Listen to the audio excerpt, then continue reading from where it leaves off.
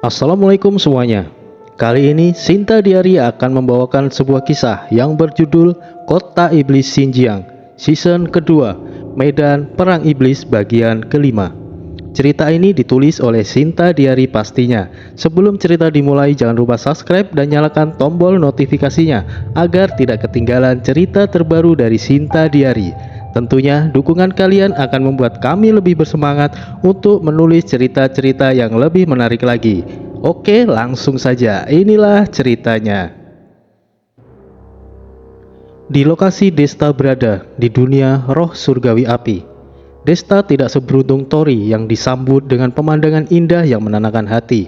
Justru saat kemunculan Desta di dunia roh surgawi api, dia langsung terlibat dalam pertarungan yang ganas. Desta tidak tahu siapa kawan dan lawan dan ragu-ragu untuk bertindak.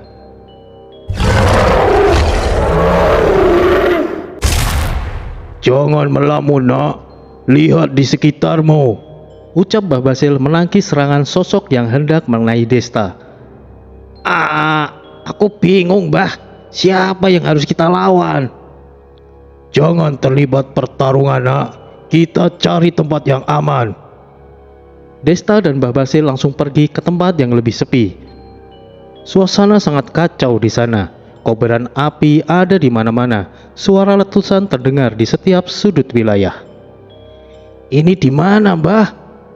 Mana aku tahu, nak. Ini pertama kalinya aku kemari. Mereka masih menelusuri wilayah yang suram, berharap bisa bertemu roh surgawi. Tapi sayangnya mereka salah menuju tempat. Mereka malah pergi ke wilayah para bangsa iblis berada. Tapi para iblis juga tidak menyadari Mbah Basil maupun Desta. Hoi kalian, apa yang kalian lakukan di sini? Kenapa tidak pergi ke area perang? Dari pasukan mana kalian berasal? Ucap salah satu tuan iblis yang baru saja muncul entah dari mana. Mbah Basil dan Desta tidak bisa menjawab. Keduanya sama-sama bingung dan harus melakukan apa. Sudahlah. Kalian pasti baru masuk dari menara iblis ya. Tidak perlu bingung. Ikut saja denganku. Kita menunggu kawan yang lain terlebih dahulu. Ucap tuan iblis, Ruik. Di dalam menara iblis, para iblis di sana memiliki berbagai macam bentuk. Ruik mengira Mbah Basil dan Desta adalah salah satu bagian darinya. Minimal yang bisa memasuki menara iblis hanyalah tuan iblis dan hanya ada maksimal 3 jenderal iblis. Benar sekali, kami baru saja tiba di sini. Aku namaku Bang. Ya, namaku Bang. Dan dia adalah Raung. Siapa Anda, Tuan? Jangan panggil aku Tuan. Kita sama-sama Tuan Iblis. Jadi, panggil saja aku Ruik. Baiklah, Ruik. Jujur, kami baru saja tiba di sini. Jadi kami kebingungan harus kemana. Apa kau tahu sesuatu yang tidak kami ketahui? Aku heran, kalian masuk kemari tapi tidak mengetahui apa-apa. Ini adalah kedua kalinya aku kemari. Terakhir, aku berhasil selamat meskipun aku hampir mati. Tapi aku mendapatkan manfaat besar atas kemalangan yang menimpaku dulu. Jika aku selamat kali ini, aku mungkin akan dipromosikan sebagai jenderal iblis. Tapi tempat ini wilayah yang terhubung langsung dengan menara iblis. Tapi jangan salah, tidak semua wilayah yang ada di sini masuk dalam teritori kita. Secara umum, wilayah kita berseberangan dengan wilayah para roh surgawi. Pembatasnya adalah medan perang yang ada di sana. Jika kita berhasil memperluas teritori kita, manfaat yang kita dapatkan cukup lumayan. Karena wilayah roh surgawi mengandung unsur energi roh yang bisa kita serap dan menjadikan energi iblis kita menjadi murni. Ngomong-ngomong, kenapa kalian tidak mengeluarkan energi iblis kalian? Apa kalian terluka? Tidak, bukan seperti itu. Kami hanya mencoba untuk menghematnya untuk pertempuran. Desta mengeluarkan ajian andalannya, Komara Hitam. Secara umum, api hitam hampir sama dengan energi iblis. Rambut Desta berwarna hitam menyala. Begitu juga dengan Mbah Basil yang langsung berubah wujudnya seperti seorang iblis sejati. Oh, kalian iblis api. Bukankah seharusnya kalian pergi ke menara iblis jalur tanah? Desta bingung harus menjawab apa. Kemudian Mbah Basil menggantikan bicara. Kami hanya ingin mencoba lebih ganas mana, api kami atau api mereka?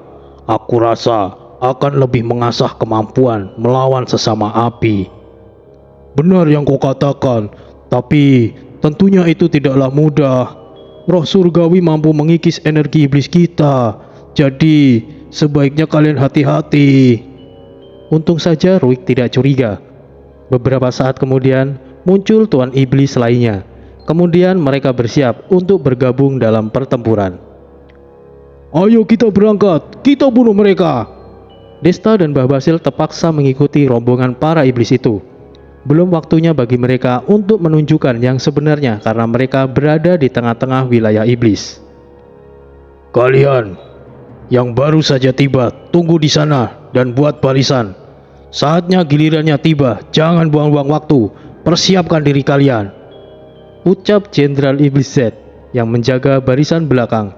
Dua jenderal iblis lainnya berada di depan untuk melawan Dewa Roh Surgawi Wukong. Siap. Tunggu, kalian berdua datang dari mana? Tanya Jenderal Iblis Z. Penglihatan seorang jenderal iblis lebih peka daripada Tuan Iblis.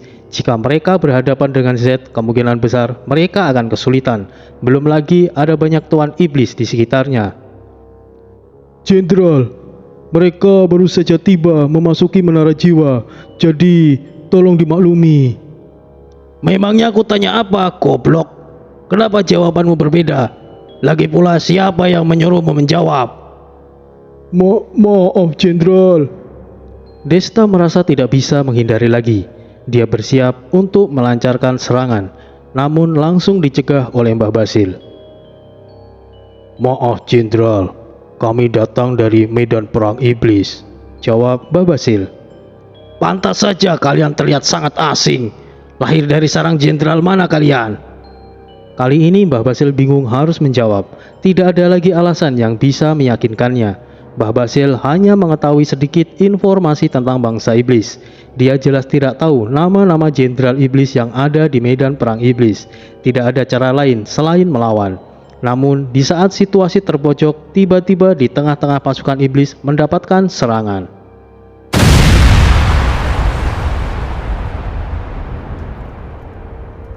Sial, siapa di sana?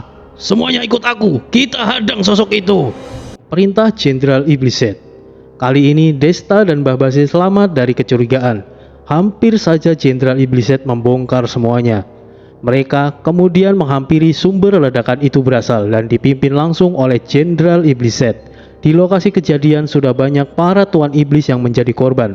Terlihat ada dua sosok kera putih dan merah yang sedang beraksi membantai para tuan iblis.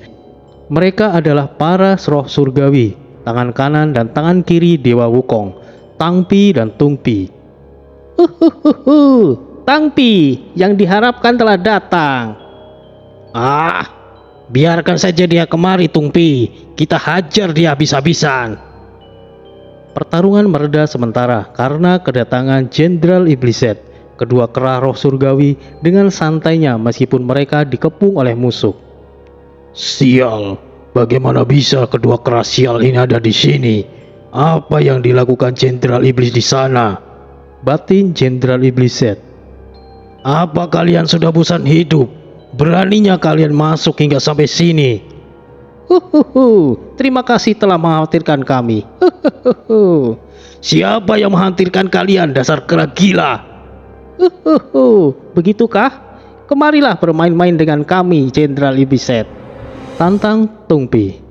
Dasar bodoh, apa kalian pikir aku akan melawan kalian sendirian?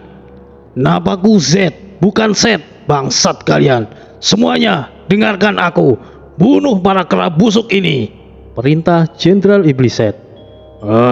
Dia cukup sulit untuk diprovokasi. Kita mundur, akan kerepotan jika mereka keroyokan, ucap Tangpi. Kalian kira setelah bertemu denganku bisa lolos dariku?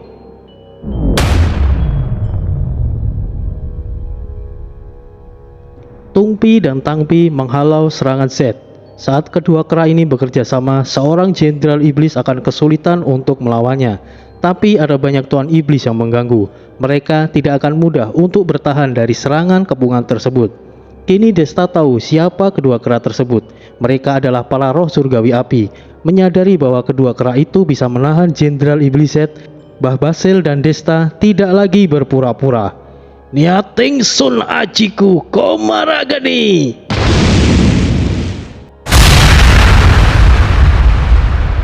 Desta langsung mengarahkan kemampuannya. Api merah beradu dengan api biru membakar semua Tuan Iblis.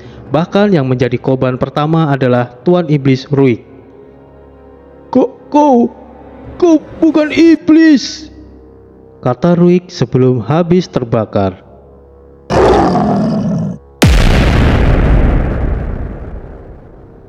Meskipun Mbah Basil kuat, serangannya tidak terlalu efektif kepada bangsa iblis.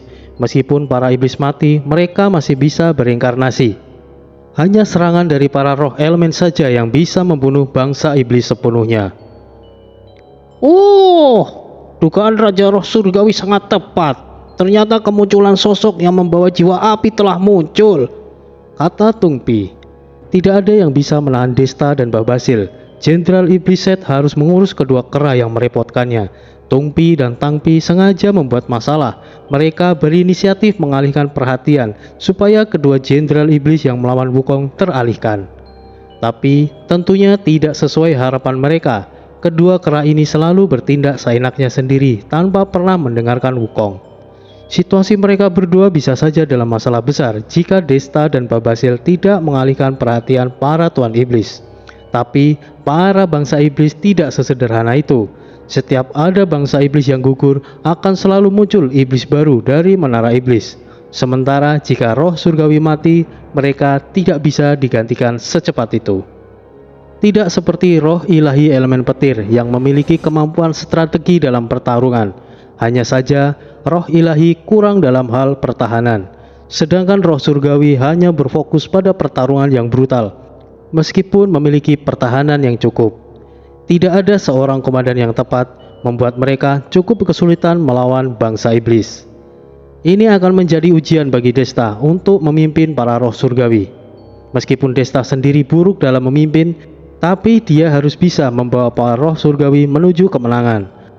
Pertempuran semakin memanas, meskipun alur pertempuran sepertinya berada di pihak roh surgawi. Para iblis tidak ada habisnya. Desta mulai mencapai batasnya karena pertarungan yang brutal memaksanya untuk mengarahkan segala kemampuannya. Nah, kendalikan dirimu.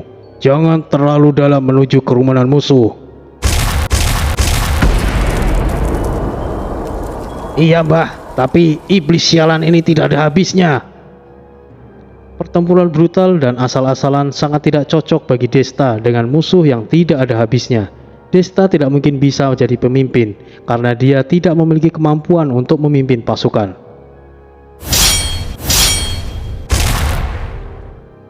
Jenderal Iblis Z masih bertarung sengit dengan Tungpi dan Tangpi. Z cukup kesulitan melawan mereka seorang diri. Kedua kera tersebut sangat sulit diatasi saat mereka bersama. Pertarungan mereka hampir dikatakan seimbang, meskipun dengan banyaknya kondisi yang membuat Jenderal Iblis Z selalu dipojokkan. Jenderal Z, apa hanya segini kemampuanmu? Ucap Tangpi. Keras sial, lawan aku 1 lawan 1 jika berani. Pengecut, beraninya kalian keroyokan. Apa aku tidak salah dengar? Siapa yang pengecut sebenarnya? Bukankah selama ini bangsa iblis selalu diunggulkan dengan jumlah dan selalu main keroyokan? Ternyata Jenderal Z tidak tahu malu. Tungpi, jangan buat dia memaksa untuk mengarahkan segalanya. Sudah cukup, jangan provokasi dia lagi. Akan merepotkan jika dia habis-habisan, batin Tangpi. Tungpi mengerti apa yang dikatakan oleh Tangpi. Mungkin sudah cukup baginya untuk membuat Z marah. Hei Jenderal Z, kita sudahi pertempuran ini. Tarik mundur semua pasukanmu. Kami tidak akan mempersulitmu lagi. Enak saja kau bicara begitu setelah membuat kekacauan di sini. Sudah banyak korban di pihak kami. Kau kira kalian bisa lolos dari sini? Apa kau tidak melihat situasi saat ini, Jenderal Z? Saat kau menahan kami, mereka berdua akan terus-menerus membantai pengikutmu. Bukankah semakin lama kau menahan kami, akan semakin banyak korban di pihakmu yang gugur?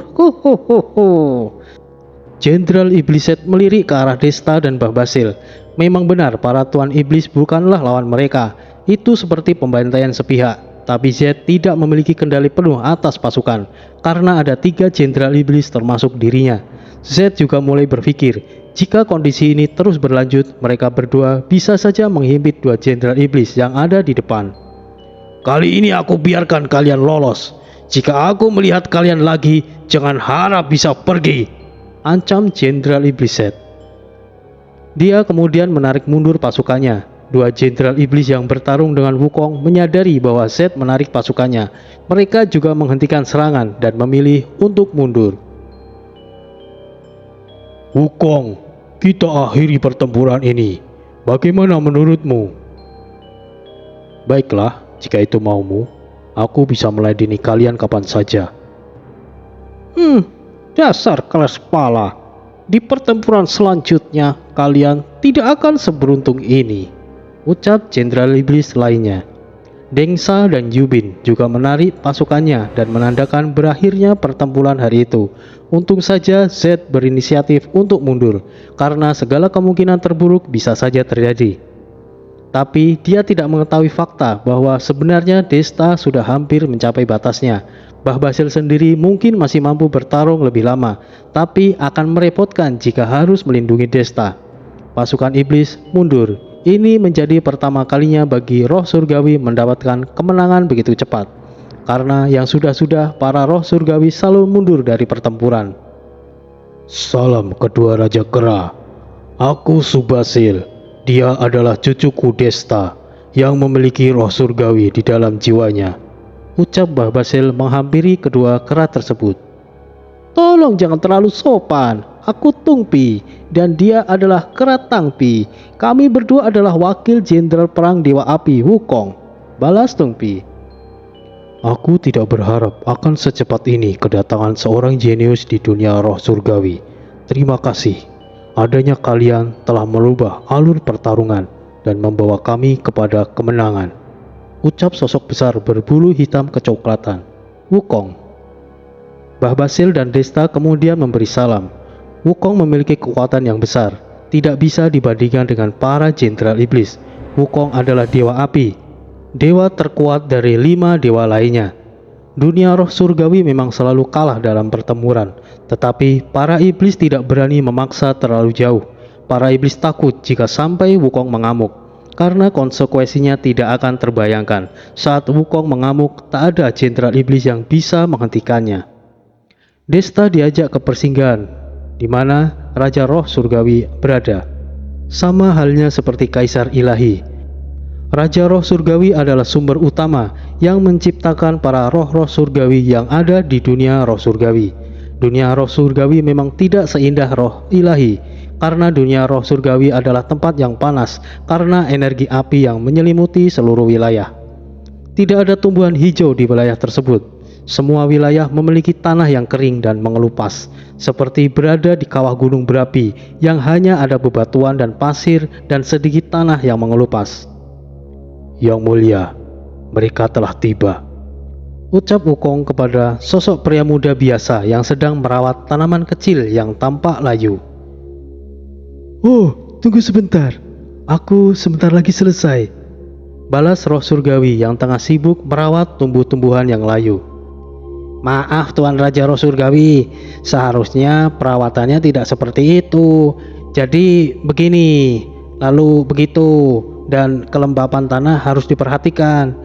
Jangan terlalu banyak juga, seharusnya seperti ini, kata Desta panjang lebar yang cukup paham merawat tanaman. Sebetulnya Desta tidak tahu merawat tanaman. Hal itu Desta ketahui karena almarhum istrinya Laura. Nak, jaga sikapmu, jangan bertindak tidak sopan.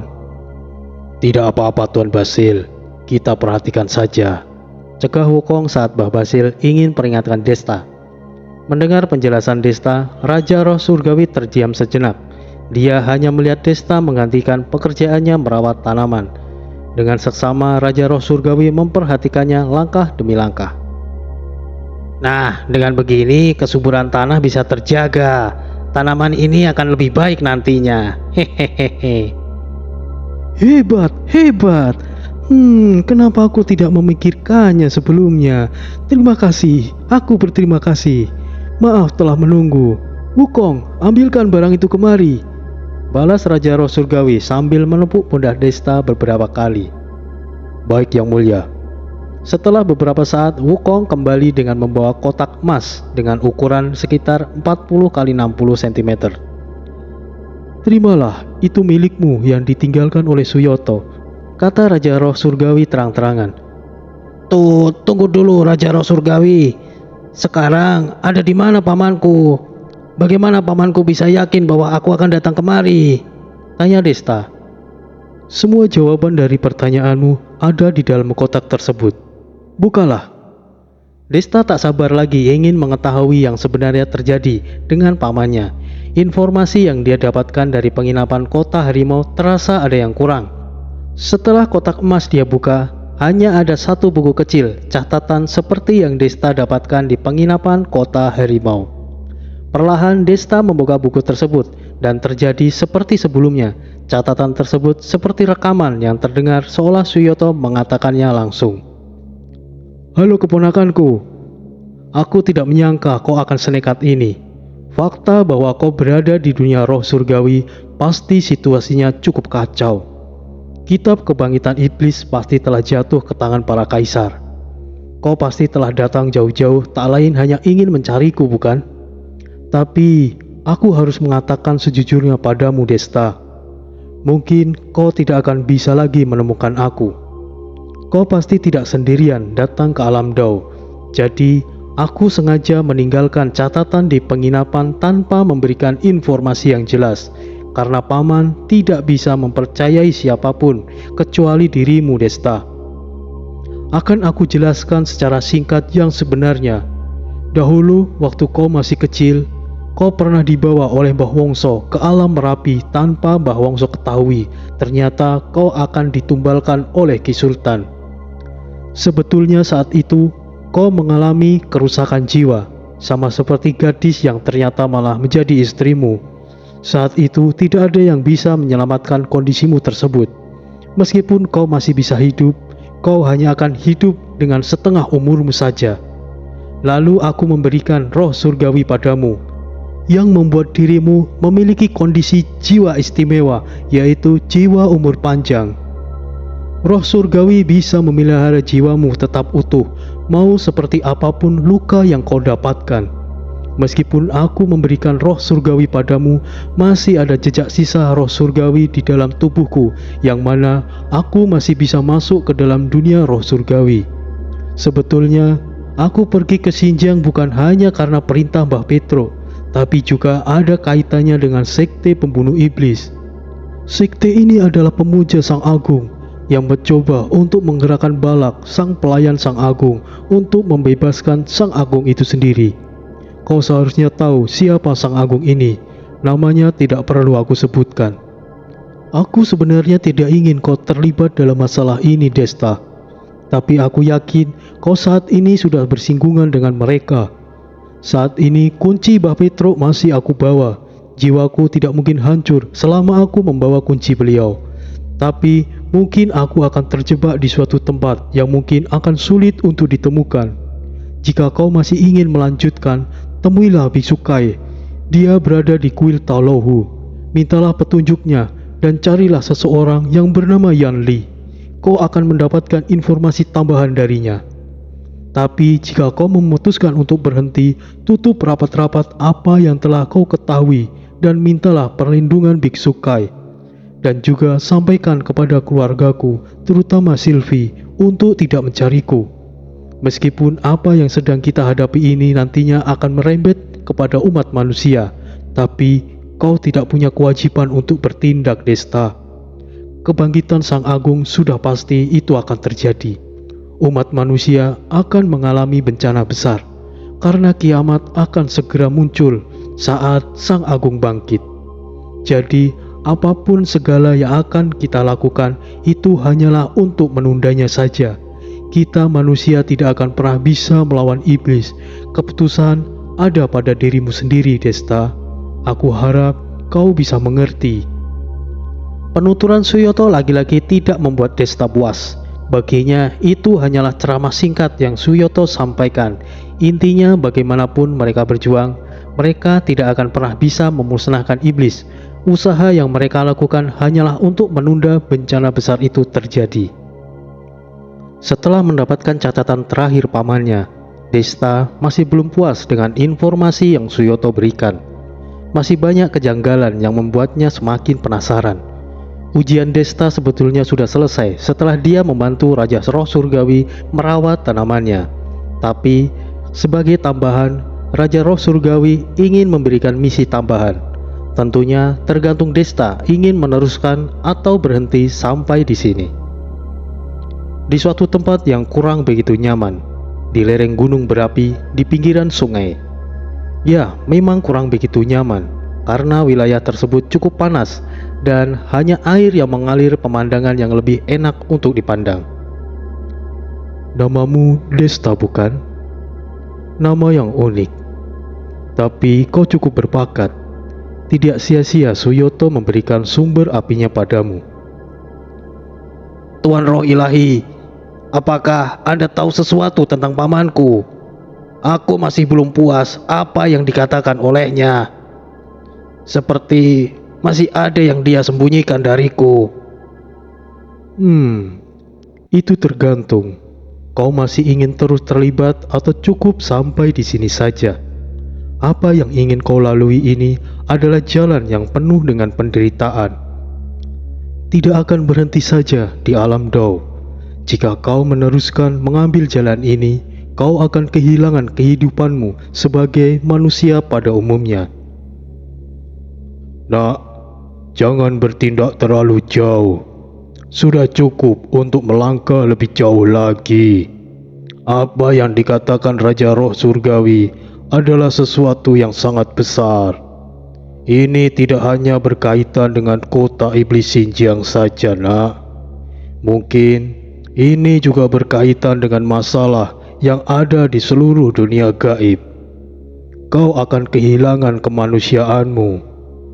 Lihatlah aku.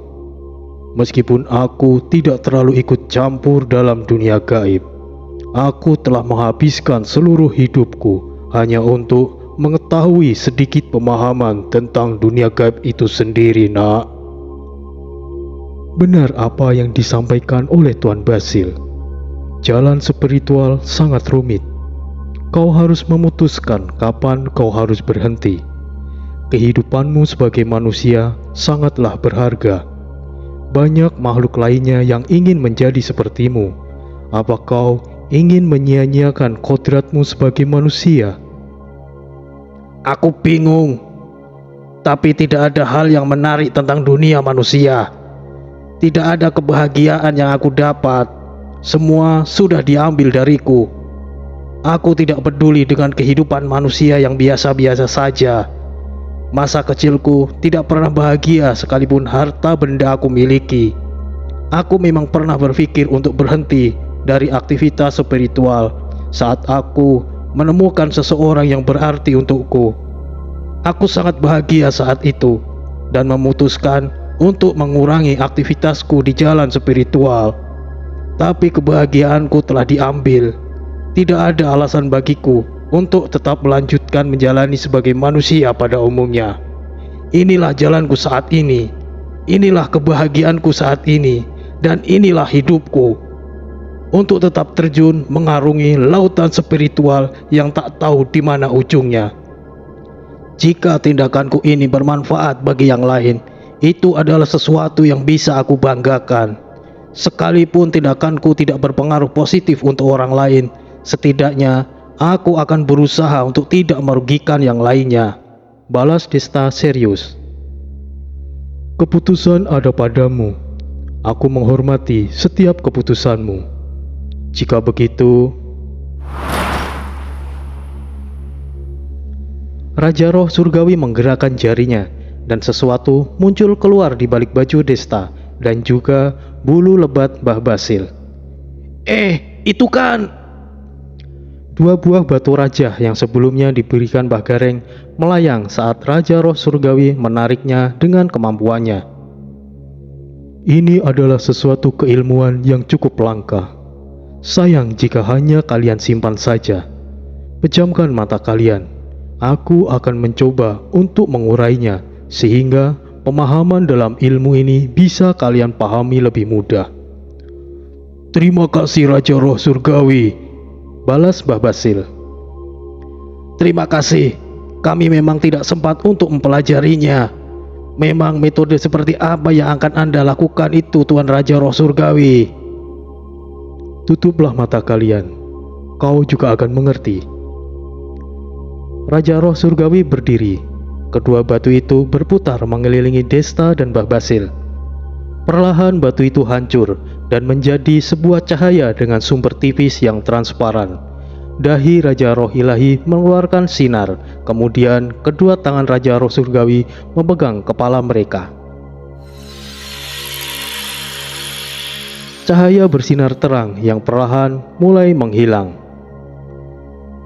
Buka mata kalian. Aku rasa kini kalian sudah bisa memahaminya. Wow, ini luar biasa. Ternyata ajian Komarageni aslinya seperti ini. Aku merasa lebih kuat. Terima kasih atas bantuan Anda, Roh Surgawi. Hanya itu yang bisa aku lakukan untuk kalian. Sekarang aku akan berikan sebuah misi kecil kepada kalian. Basmi para iblis yang ada di dunia roh ini. Hancurkan gerbang masuk menara iblis. Dengan begitu, kau bisa keluar bersama Wukong untuk memerangi iblis di alam Dao. Baik, Raja Roh Surgawi. Ucap Desta dan Mbah Basil bersamaan. Wukong, pergilah bersama mereka. Berikan komando pimpinan padanya. Baik, dimengerti Raja Roh Surgawi. Di sebuah tempat yang luas sudah berkumpul ribuan prajurit roh api yang siap untuk dikerahkan untuk berperang melawan para iblis. Dengarkan semuanya. Atas perintah Raja Roh Surgawi, kali ini kita akan menyerang habis-habisan dan akan dipimpin oleh pewaris sejati roh elemen api. Silakan Tuan. Aku tidak bisa memimpin. Kau saja, Mbah Basil. Tidak, Nak. Kaulah yang harusnya mengemban misi ini sebagai pemimpin. Lakukan saja apa yang kau bisa. Sisanya serahkan padaku dan Wukong. Itu benar, seperti yang Tuan Basil katakan. Baiklah. Semuanya, dengarkan. Namaku Desta. Aku akan memimpin kalian kali ini. Aku tidak berharap kalian bisa percaya padaku. Caraku memimpin mungkin saja lebih buruk dari Wukong. Tapi satu hal yang pasti, aku akan membuat para iblis itu menyesal telah bertemu denganku. Ayo buat para iblis keparat itu merasakan ketakutan yang sebenarnya. Sorokan para roh surgawi menggema. Cukup lumayan sedikit pidato yang Desta katakan untuk menaikkan moral seluruh pasukan. Ribuan para roh elemen langsung menuju di medan pertempuran. Sementara itu di posisi para iblis, tak jauh dari gerbang keluar menara iblis, para tuan iblis telah berkumpul. Setidaknya 3.000 tuan iblis dan 3 jenderal iblis yang memimpinnya. Mereka adalah Zed, Dengsa, dan Yubin. Para roh api itu terlihat lebih bersemangat dari biasanya. Memangnya kenapa, Zed? Itu karena kemarin mereka menang, tapi kali ini kemenangan akan kita rebut. Ini bukan persoalan menang atau kalah, Dengsa. Tidak perlu berlebihan untuk bertindak. Jangan membuat kerasialan itu mengamuk, sahut Yubi. Aku heran. Kenapa Raja Iblis Mogu tidak menguasai tempat ini saja? Aku rasa jika Raja Iblis datang kemari, tempat ini bisa dengan mudah untuk dikuasai. Tidak semudah itu, Dengsa.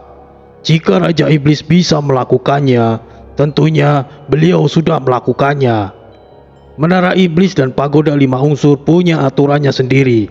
Raja Roh Elemen pun juga tidak bisa bertindak sembarangan. Raja Roh Elemen mungkin saja tidak bisa bertindak seperti halnya Raja Iblis. Aku rasa kau paham sampai sini, Dengsa. Mana mungkin dia mengerti, otaknya itu otot semua, sahut Yubing. Kau bilang apa, Bing? Mau berduel kah? Ayo, aku ladeni kau. Siapa takut? Majulah.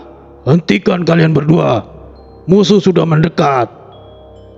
Para prajurit roh dan prajurit iblis sudah berbaris rapi di tempat masing-masing dan mulai bersiap. Kera busuk, kali ini kemenangan akan jatuh di tangan kami. Semuanya serang! Tungpi, Tangpi, kalian tahu harus melakukan apa bukan? Siap! Balas mereka serentak. Tiba-tiba, Wukong langsung menghilang dan tidak diketahui berada di mana.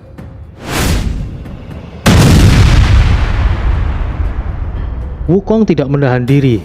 Ternyata dia langsung terjun di awal pertempuran dan membuat para jenderal iblis keheranan. Hei, bukankah ini terlalu dini kera busuk itu bertindak? Tidak perlu banyak berpikir. Kita lakukan seperti biasa. Deng, Yun, kalian urus kera busuk itu. Aku akan mengurus lainnya. Seperti biasa, Z mencari Tungpi dan Tangpi. Karena selain Wukong, mereka berdua cukup merepotkan. Tapi sayangnya para jenderal itu lupa bahwa kehadiran Desta dan Babasil akan merubah segalanya.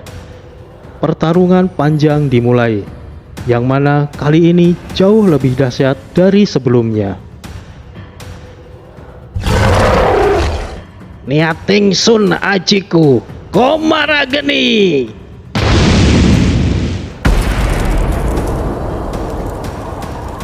Para tuan iblis berhamburan terkena serangan Desta dan Babasil. Fokus para jenderal iblis menjadi teralihkan.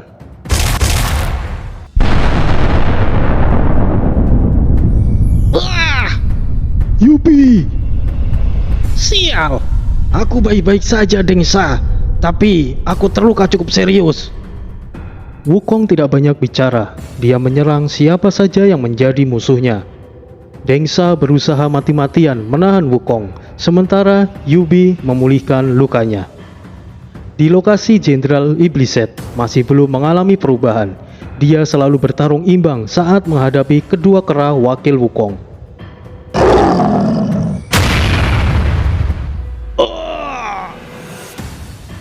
Dari sudut buta Z, dia tidak tahu bahwa Babasil menerjang dengan kekuatan penuhnya hingga membuat Z langsung terkapar mengalami luka serius. Tungpi dan Tangpi tidak menyia-nyiakan kesempatan dan langsung melakukan serangan kombinasi terkuat mereka. Kali ini kau mati, Seth. Sial, situasinya tidak baik. Sayang sekali, aku hanya bisa sampai di sini. Batin Z. Awas, menghindar darinya. Teriak Mbah Basil, tapi sayangnya kedua kera itu sudah tidak lagi bisa menghindar.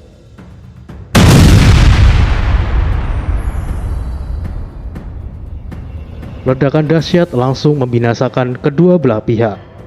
Mbah Basil sendiri bahkan sampai terkena sedikit ledakan itu dan mengalami sedikit luka. Jenderal Z meledakkan dirinya dan membuat kedua kera itu juga mengalami nasib yang sama. Lalu, di mana Desta? Desta mengambil lokasi pertempuran lainnya, di mana Wukong berada. Atas kejadian ledakan besar itu membuat Wukong dan Dengsa berhenti bertarung. Yun, aku tahu, Deng, apa yang sebenarnya terjadi di sana. Bagaimana mungkin Zed sampai meledakkan dirinya hanya melawan dua kera licin itu? Sepertinya ada yang tidak beres. Ayo kita mundur, Dengsa.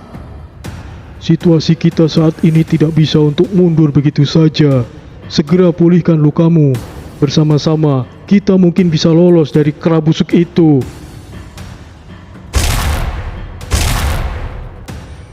Wukong kembali mengamuk, tak peduli siapapun musuhnya. Yun, aku akan menahan kera busuk itu. cepatlah untuk memulihkan diri.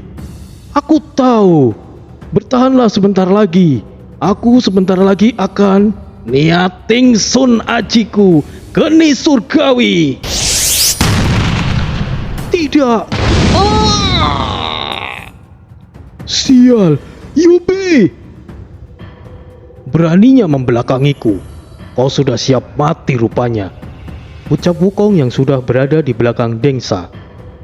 Kami kalah kali ini. Kita sudahi pertempuran ini. Jangan memaksaku, atau aku akan...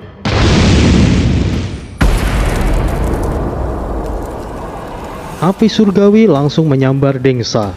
Memang benar, Wukong harus diwaspadai, tapi sayangnya dia meremehkan Desta yang baru saja menghabisi Yubi.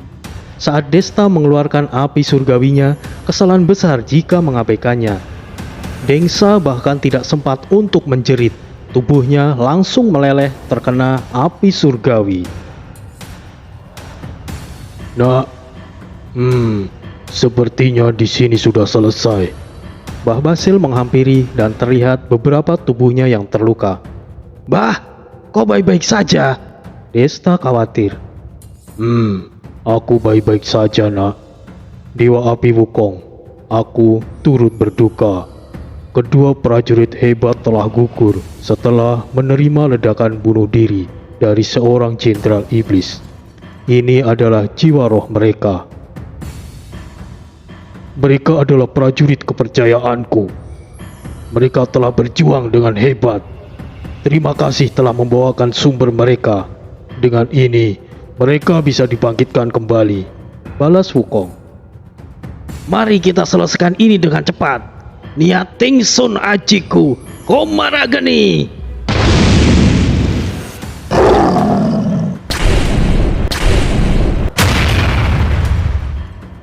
Pembantaian dimulai. Para tuan iblis langsung kocar-kacir menyelamatkan diri mereka. Mereka berdesakan ingin segera keluar melalui gerbang menara iblis. Akan tetapi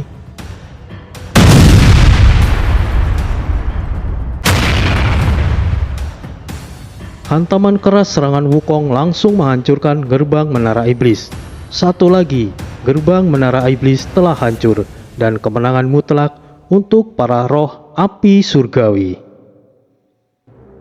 Di tengah pusat kota iblis, dengan aktivitas yang ramai dan tenang, tiba-tiba menjadi gaduh karena salah satu akses menuju ke dunia menara iblis meledak. Para iblis berbondong-bondong menyaksikan kejadian tersebut. Para jenderal iblis dan bahkan Raja Iblis Mogu datang sendiri untuk menyaksikannya. Apa yang terjadi dengan menara iblis? Ya, bagaimana bisa meledak tiba-tiba? Gawat, ini adalah kejadian pertama kalinya, ucap para tuan iblis. Ada apa ini? Apakah hal ini sering terjadi? Ucap Loce. Tidak pernah sekalipun menara iblis mengalami kejadian seperti ini. Ini adalah pertama kalinya terjadi, Tuan Lo, balas Bisi. Meskipun Loce dan Bisi sama-sama jenderal iblis, tapi Loce adalah iblis sejati. Jadi Bisi berinisiatif bersikap sopan padanya. Aku lebih muda darimu, panggil saja dengan namaku, tidak perlu terlalu formal begitu. Baiklah jika begitu. Sepertinya ini sudah saatnya kita melakukan tindakan. Kemunculan kitab kebangkitan iblis pasti juga telah melahirkan bakat-bakat hebat untuk melawan kita. Tidak bisa ditunda lebih lama lagi, ucap Raja Iblis Mogu. Yang mulia Raja Iblis, tapi aku khawatir Ratu saat ini belum siap. Jika kita gegabah, aku takutnya kita malah akan mengalami kerugian yang besar. Aku tahu itu, Bisi. Aku tidak berencana untuk melakukan serangan penuh. Kumpulkan para murid iblis di medan perang iblis, serta para tuan iblis yang tidak memiliki kegiatan khusus. Baik yang mulia iblis, segera akan saya kerjakan, balas Bisi langsung meninggalkan lokasi. Yang mulia Raja Iblis, sebenarnya apa yang terjadi dengan menara iblis? Tanya Loce. Ini adalah kejadian pertama kalinya akses salah satu menara iblis meledak. Dengan kata lain, mereka yang ada di dalam telah kalah.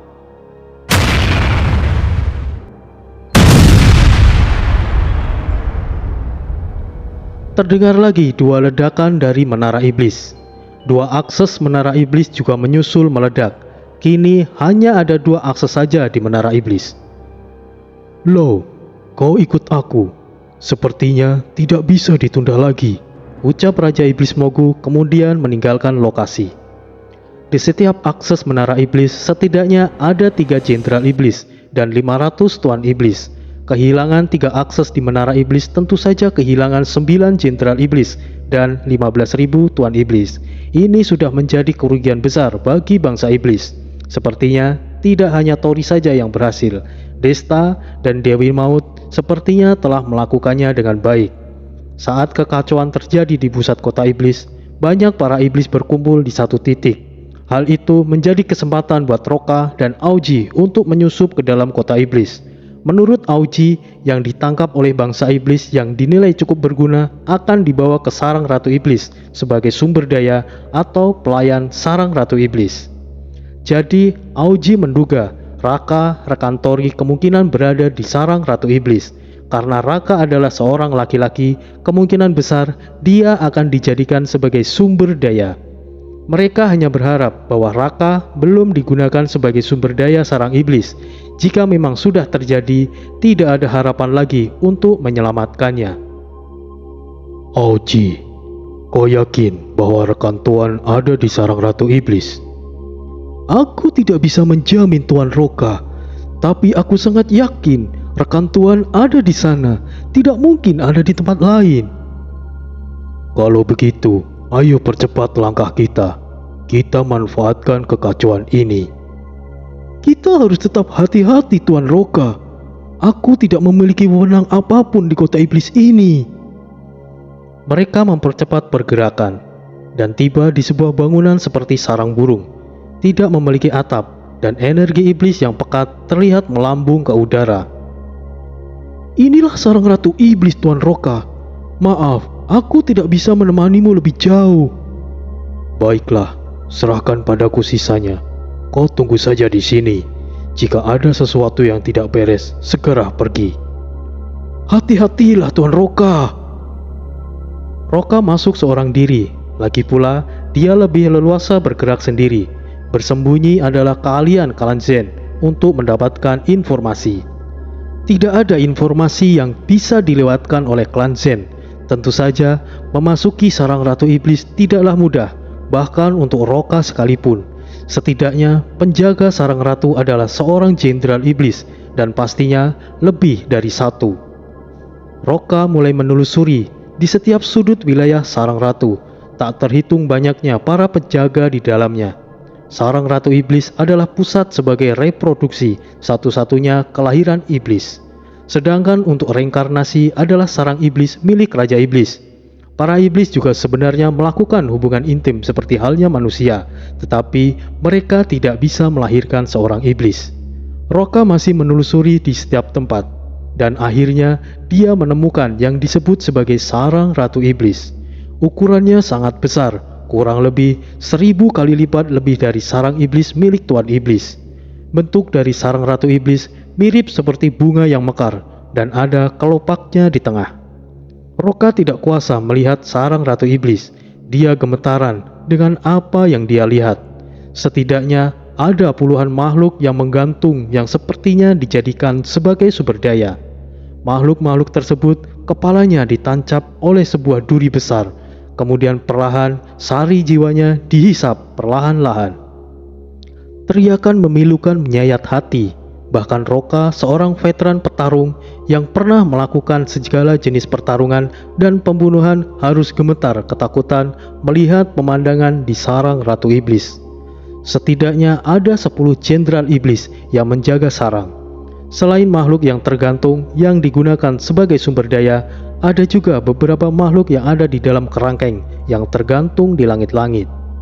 Setelah Roka perhatikan dengan seksama, dia menduga sosok yang ada di dalam kerangkeng itulah salah satu rekan Tori. Tapi bagaimana cara Roka untuk menyelamatkannya? Roka menyadari hanya ada satu jiwa manusia di antara banyaknya kerangkeng yang bergelantungan di atas sekitaran sarang Ratu Iblis. Roka yakin bahwa itu adalah rekan Tori. Tapi bagaimana caranya dia menyelamatkannya? 1 atau 2 jenderal iblis mungkin masih bisa dia tangani. Tapi adanya 10 jenderal iblis tentu saja itu sangatlah sulit. Apa yang harus aku lakukan? Bagaimana caranya aku mendekat? Mungkin aku masih bisa mendekat jika berusaha. Lalu, bagaimana aku membebaskannya? Sarang Ratu Iblis ini sangat mengerikan.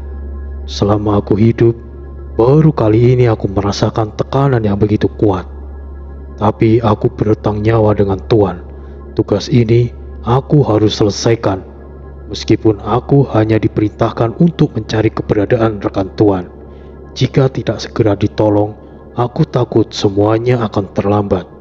Aku harus berusaha menyelamatkannya, apapun resikonya. Aku tidak boleh mengecewakan Tuan.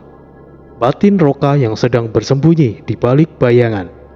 Roka sangat ahli dalam menyelinap tanpa disadari oleh siapapun. Energi spiritualnya bisa menyesuaikan kondisi, bahkan bisa meniru energi iblis. Kau tahu, sekarang akses untuk memasuki menara jiwa telah dibatasi. Tentu saja aku tahu. 3 gerbang menara iblis telah runtuh dan hanya menyisakan 2 gerbang saja. Oh, sialan. Padahal hari ini adalah giliranku masuk. Pupus sudah harapanku untuk memasuki menara iblis. Tidak perlu cemas. Kitab kebangkitan iblis sudah berada di tangan Raja Iblis Mogu. Invasi besar-besaran akan segera terjadi. Dengan begitu, kita juga akan mendapatkan kesempatan untuk pengalaman dan meningkatkan kemampuan kita. Ya, kau benar. Ucap beberapa tuan iblis yang sedang melakukan patroli di luar sarang Ratu Iblis. Groyet, kenapa kau berhenti? Ayo lanjutkan patroli. Apa kau ingin segera pulang? Ucap salah satu tuan iblis. Aku tidak apa-apa. Kalian lanjutkan saja. Aku ingin mengecek bagian sudut sana. Sepertinya terlewat. Terserah kau sajalah. Lagi pula, tidak akan ada apa-apa di sana. Balas tuan iblis lainnya dan meninggalkan Groyet. Hei, jangan tinggalkan aku. Ada apa denganku? Kenapa tubuhku bergerak sendiri? Batin Groyet dalam hati. Groyet berjalan menuju sudut tergelap dan sunyi di sekitaran luar sarang Ratu Iblis. Dia seperti dikendalikan. Bahkan bicara sekalipun tidak bisa dia lakukan. Dia berusaha untuk berontak, tapi sia-sia. Jangan melawan. Semakin kau melawan, kau akan semakin menderita.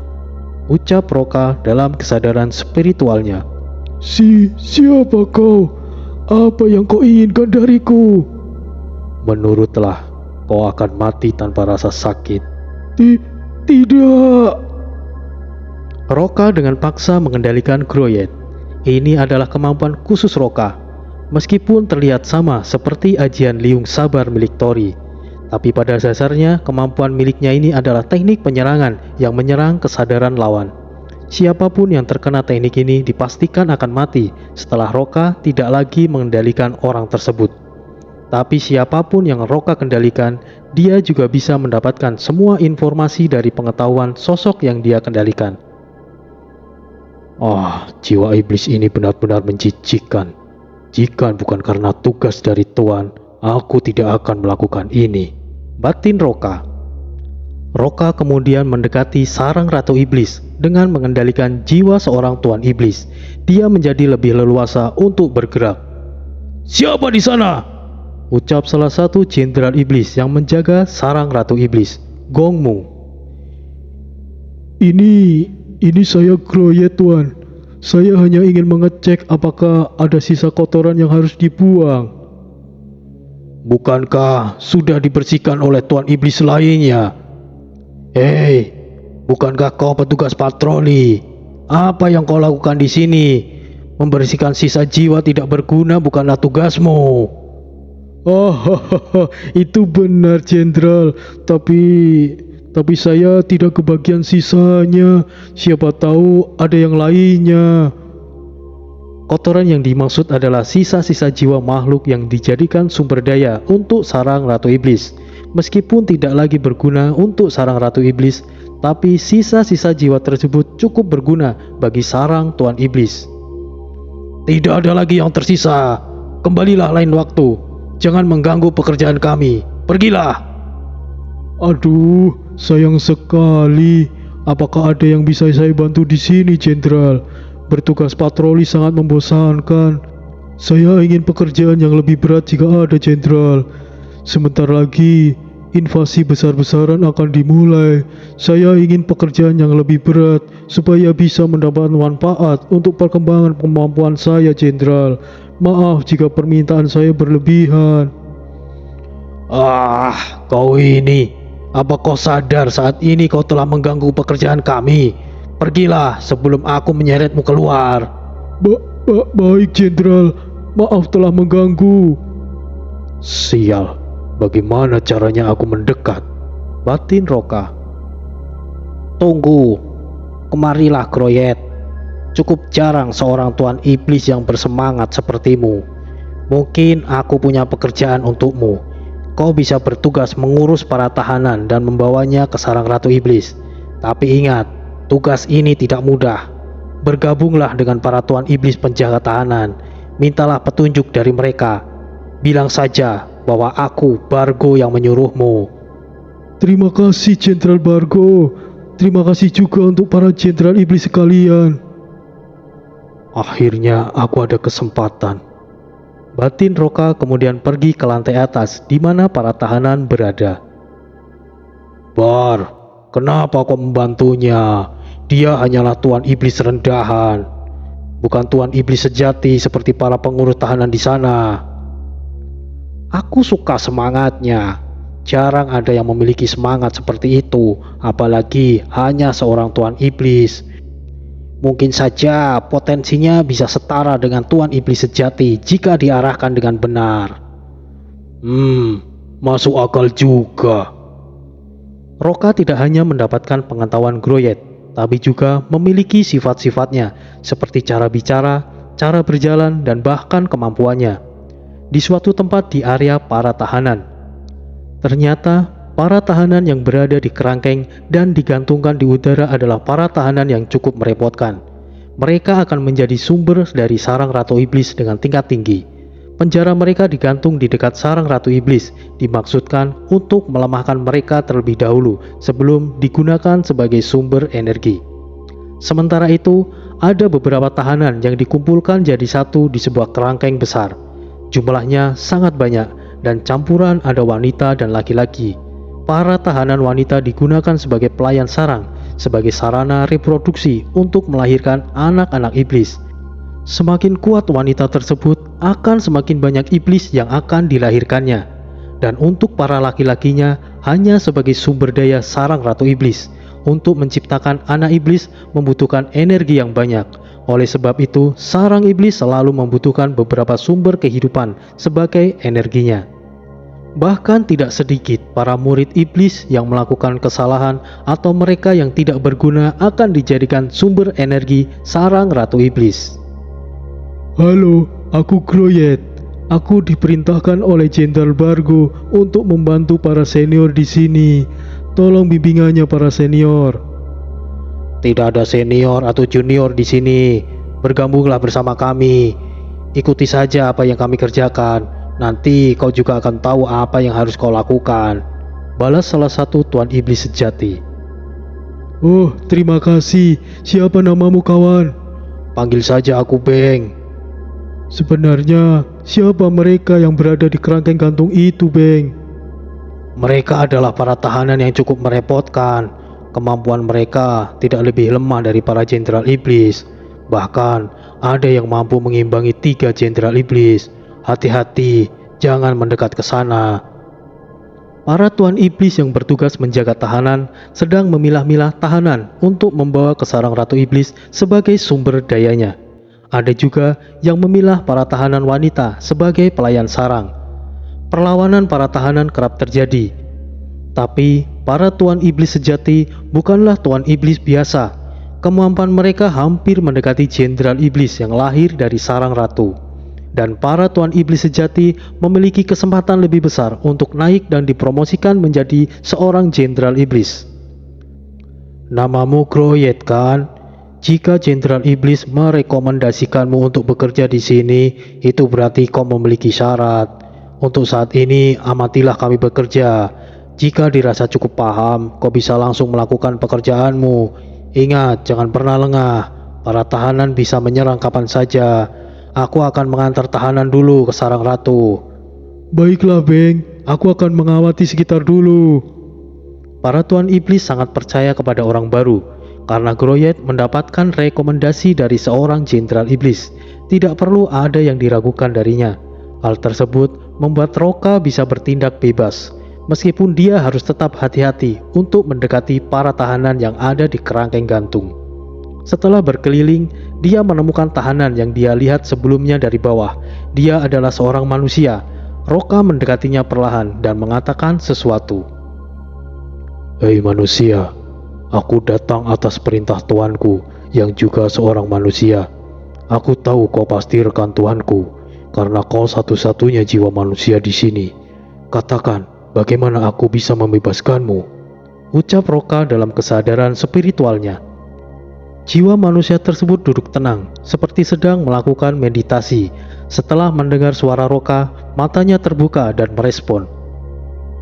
Aku tidak tahu apa yang kau maksud, tapi aku menyadari niat baikmu untuk menyelamatkan aku. Apa kau melihat segel hitam yang ada di bawah kurungan ini? Jika kau bisa mengambilnya, kami bisa lepas dari kurungan ini, kata jiwa manusia itu. Tugasku hanyalah untuk menyelamatkanmu saja. Akan merepotkan jika membawa makhluk lainnya. Mereka yang dikurung sepertiku adalah sosok yang kuat dan memiliki dendam dengan para iblis. Jika mereka ikut dibebaskan, akan ada peluang untuk kita bisa lolos dari sini. Baiklah, aku mengerti maksudmu. Aku akan mencoba untuk melepaskan segelnya.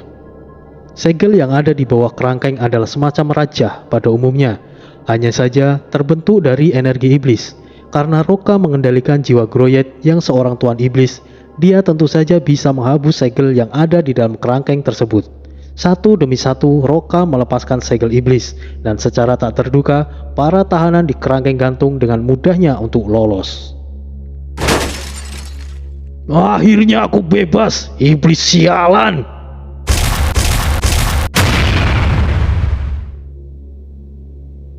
Para tahanan di kerangkeng gantung mulai meloloskan diri dengan cara mereka masing-masing.